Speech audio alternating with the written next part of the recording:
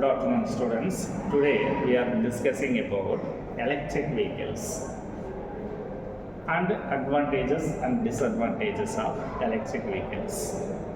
First, we will see advantages of electric vehicles. First point, environmental benefit. Obviously, எல்லாத்துக்குமே தெரியும் electric vehicle அப்படின்னாலே environmental benefit தான். EVs produce zero tailpipe emission.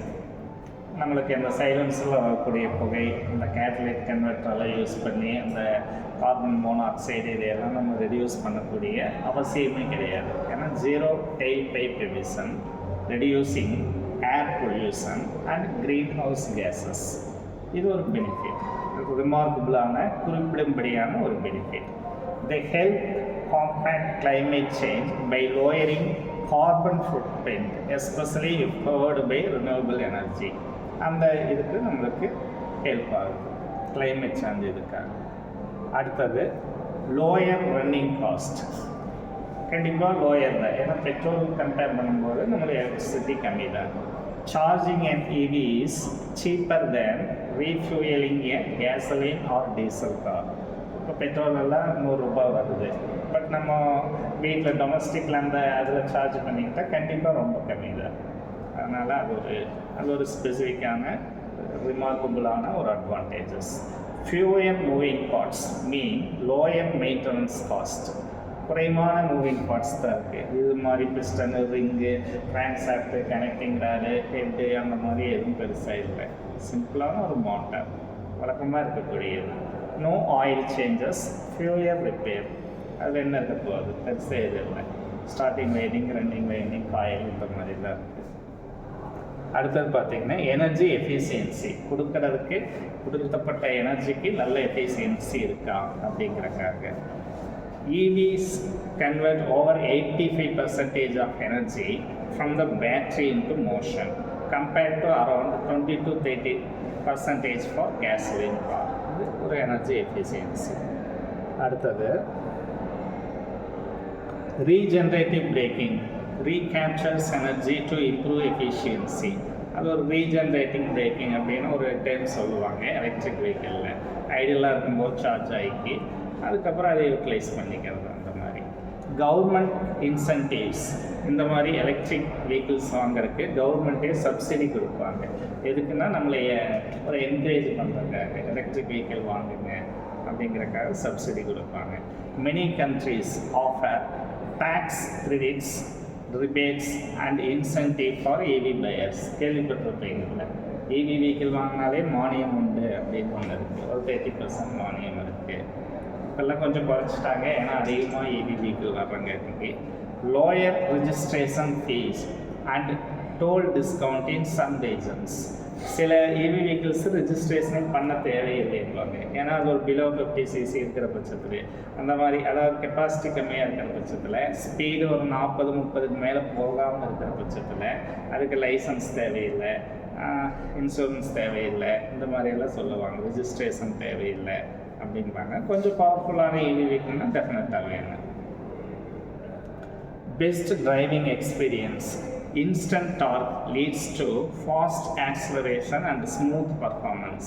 இப்போ வரக்கூடிய high power watts உள்ள மோட்டார்ஸில் instant dark வந்து possible, அதைத்தான் சொல்ல வர்றாங்க. லீட்ஸ் டு ஃபாஸ்ட் ஆக்சிலரேஷன், டக்குன்னு இன்ஸ்டண்ட்டாக நம்ம ஆக்சிலரேட் பண்ண முடியும்.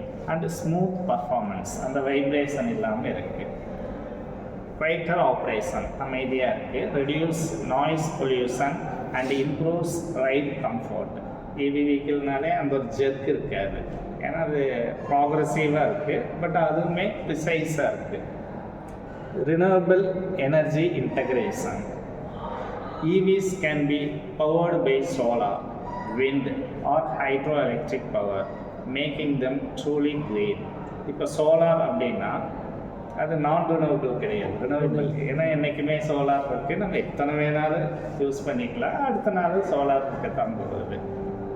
விண்டு, காற்று, இந்த விண்டு டர்பைன் அப்படிதான். காற்று இருக்கக்கூடிய இடங்களில் ஜனநடமாட்டங்கள் குறைவாக இருக்கிற இடத்துல டவர் போட்டு விண்ட் டர்பைன் யூஸ் பண்ணுவாங்க. அதுலேயும் நம்மளுக்கு லாஸ் இல்லை, கிடைக்கிறது எல்லாமே பெனிஃபிட் இல்லை.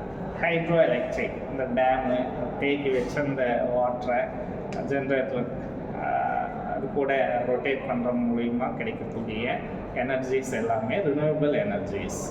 Some EVs can even supply electricity back to grid, கிரிட்டுக்கும் கூட சிலது அனுப்ப முடியும். வழக்கம் போல் சில இதில் டிஸ்அட்வான்டேஜஸ் இருக்குது. அதில் ஃபஸ்ட்டு என்னென்னா லிமிட்டெட் சார்ஜிங் இன்ஃப்ராஸ்ட்ரக்சர். எல்லா பக்கம் பண்ண முடியாது, அந்த லைனில் ஏதோ ஒரு 2 பக்கம் இருக்குது. ஒரு 20 கிலோமீட்டருக்கு ஒருக்கா 30 கிலோமீட்டருக்கு ஒருக்கா இருக்கிறதே பெரிய விஷயம். ஏன்னா சார்ஜிங் இன்ஃப்ராஸ்ட்ரக்சருங்கிறது இப்போ தான் படிப்படியாக வந்துட்டுருக்கு. Charging stations are not a wide spread as gas station. Petrol மாதிரி எல்லா இடத்துலையும் இருக்காது. Charging times vary. 30 minutes for fast charger to several hours at home. வீட்டில் பண்ணால் கெப்பாசிட்டி கம்மினுங்காட்டிக்கு ரொம்ப டிலே ஆகுது. இதே அந்த ஃபாஸ்ட் சார்ஜிங் அந்த மாதிரி இடத்துல பண்ணால் கொஞ்சம் குயிக்காக இருக்குது. Higher initial cost. EVs tend to be more expensive upfront than gasoline cars. Though prices are improving, better replacement cost can be high, though warranties often cover them. Warranty இருக்குது, but initial cost அதிகம் அந்த பேட்டரினால. Limited drive range. Most EVs have a range of 200 to 400 miles. வழக்கமாக பார்த்தீங்கன்னா 400, 450 அந்த மாதிரி தான் அதிகபட்சம் சொல்லுவாங்க. பட் ப்ராக்டிக்கலாக 300 கூட இருக்கலாம். அப்போ அட்டே ஸ்ட்ரெச்சில் ஒரு 300 போச்சுன்னா அது அவ்வளோதான், மறுபடியும் சார்ஜ் பண்ணியே ஆகும்னு. Which is lower than many gasoline car. Long trips require careful planning for charging stops. ரொம்ப தூரம் போகிறதுனா ரொம்ப கேர்ஃபுல்லாக பிளான் பண்ணிக்கோங்க.